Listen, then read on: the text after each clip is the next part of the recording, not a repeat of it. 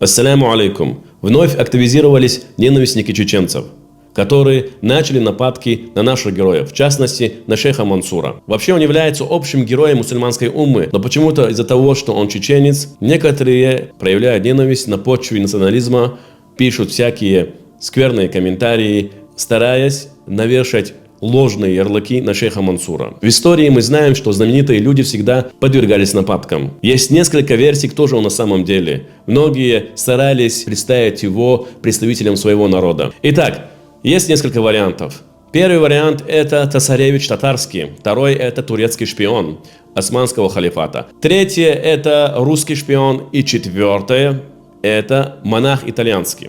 Внимание, вопрос. Как вы думаете, какую же версию выбрали ненавистники чеченцев? Они выбрали версию, что шейх Мансур был итальянским монахом. Многие русские писатели, и до те, которые кричат: «А приведите зарубежного тогда», и Бадели тоже, говорят, что это фантастика, говорят, что это фантазии какого-то итальянского писателя.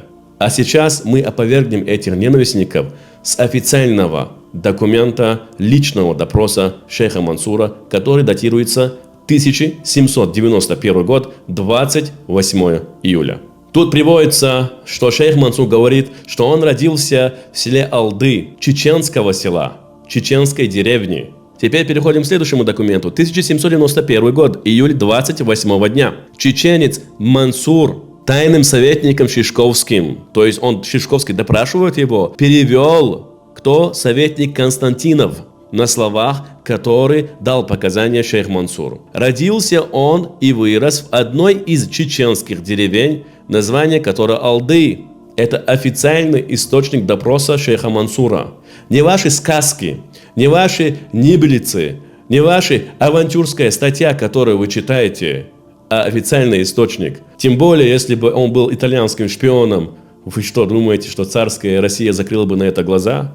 И ничего не предъявила бы Италии? То есть оставьте фантазии итальянского писателя-авантюриста, который назвал свою статью «Авантюрист 18 века». Его же опровергли даже те, которые воевали против чеченцев, сказав, что это фантастика, то, что написал этот итальянец. И как бы вы ни старались очернить достойных мужей, вы-то прекрасно знаете, как они ушли из этого мира.